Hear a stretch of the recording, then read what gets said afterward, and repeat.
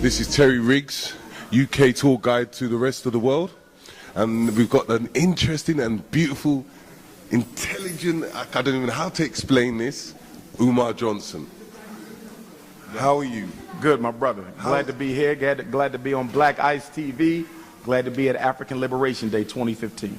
Yeah. So how's your day been and the whole diaspora of this liberation of 40 years? It's been powerful. It's really been powerful. Met a lot of good people from across the UK, different cities, different towns. Always get a lot of love when I come, but this was special because I'm 40 years old. Yeah. And we're celebrating the 40th anniversary. Wow, I can't even believe that.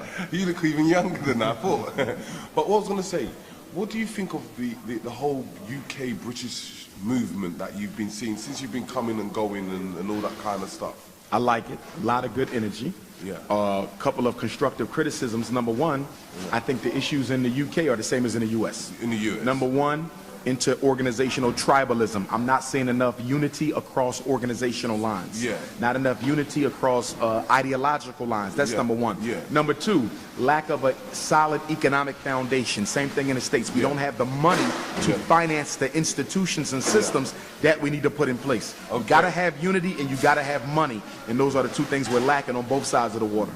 So what would you say on, let's say, someone that's trying to create an economy in somewhere where it's really hard and the struggles that we are going through in this kind of African diaspora in the UK?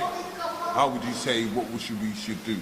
To attend a meeting for economic strategy, you're going to have to be charged a certain price to even get in. We got to get so serious that you don't even come in here if you ain't got 25 pounds. It has to be that, because if you just let people come in of their own volition without any money to contribute, they're not going to.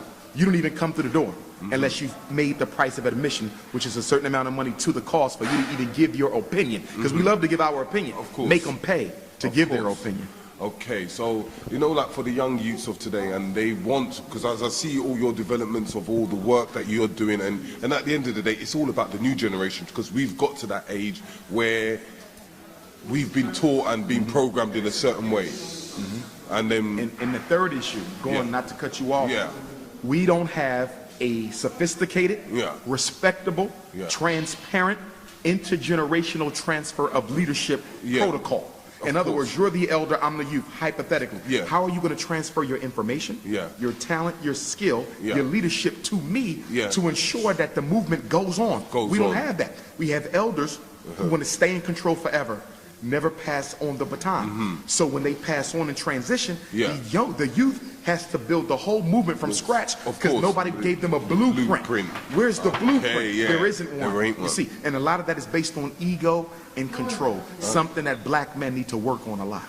Okay, so then what would you say would give the ambitions for these youngsters to make that movement? Include them. The elders have to stop feeling threatened about their control, because at the end of the day, this should be about the people, not you. See, that's the difference between genuine leadership, self-serving leadership. A genuine leader will give the throne to someone who's more capable because he's concerned about the people.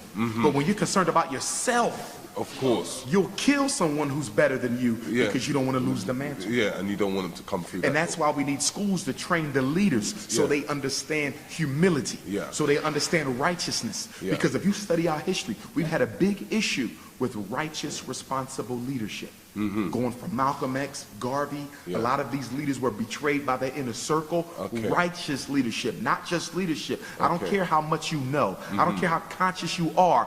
How good is your heart? Are you sincere enough to be put in a position of admiration before our people? And would you say that, okay, you see the schools that you're building in the States, how, if we wanted to do something similar in the UK, how would we contact you, or how would we say that we want to develop that same strategy over here? Reach out to me. You can always reach me on WhatsApp, 215-989-9858. Website, dr.umarjohnson.com. Instagram, @dr.umarjohnson. Facebook, UMAR-ifatunde. Also, make sure y'all donate to the Frederick Douglass Marcus Garvey Academy. GoFundMe.com/Dr. Umar. We have $300,000. We're trying to raise $900,000 so we can buy this college in the southern part of America. So please help us. GoFundMe.com/Dr. Umar, and send us your resume if you're going to work at the school. fdmgresumes@gmail.com. We got the Black Boy College trip coming up, 2 tours, July 7th through the 13th, July 15th through the 21st, North Tour, South Tour. If you want your sons to go, fly them in to the U.S. from the UK. Yes, indeed. And we're going to Africa, Egypt, and Ghana, July 26th to August the 6th. Feel free to come along. Okay, so just throw it off a little bit, right? Like a colleague of mine was saying, you know, like when in our society as black people, and now we're having this development of what I say, gay people that come in, that are now changing our children, because before we never used to do these things, but now we're becoming well, it's being propagated by the larger society. Yeah. It's a very effective population control strategy. Yeah. See, it ain't about love and family, it's about controlling the numbers of Africans born. Yeah. So the whole, if you look at it, the population control war has developed at the same speed as the homosexual agenda, because they're 2 parts of the same thing. They're pushing this to control our numbers because 2 men can't reproduce, neither can 2 women. And that's what we need to understand. Cut the emotion off. Is this in the best interest of the maintenance and survival of the black family? No, it's not. No. Okay. So just wrap this up very quickly. I want to say, what would you give 3 words to the general public that will be significant to them? 3 words to the general public, it would be: practice race first, die for race first, live for race first, build for race first. Thank you very much, Thank you, Mr. my Omar.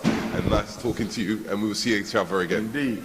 Bless, bless, bless. Garvey, and more Garvey. Black Eyes TV, HTKH, Travel and Knowledge. Love you all. Over.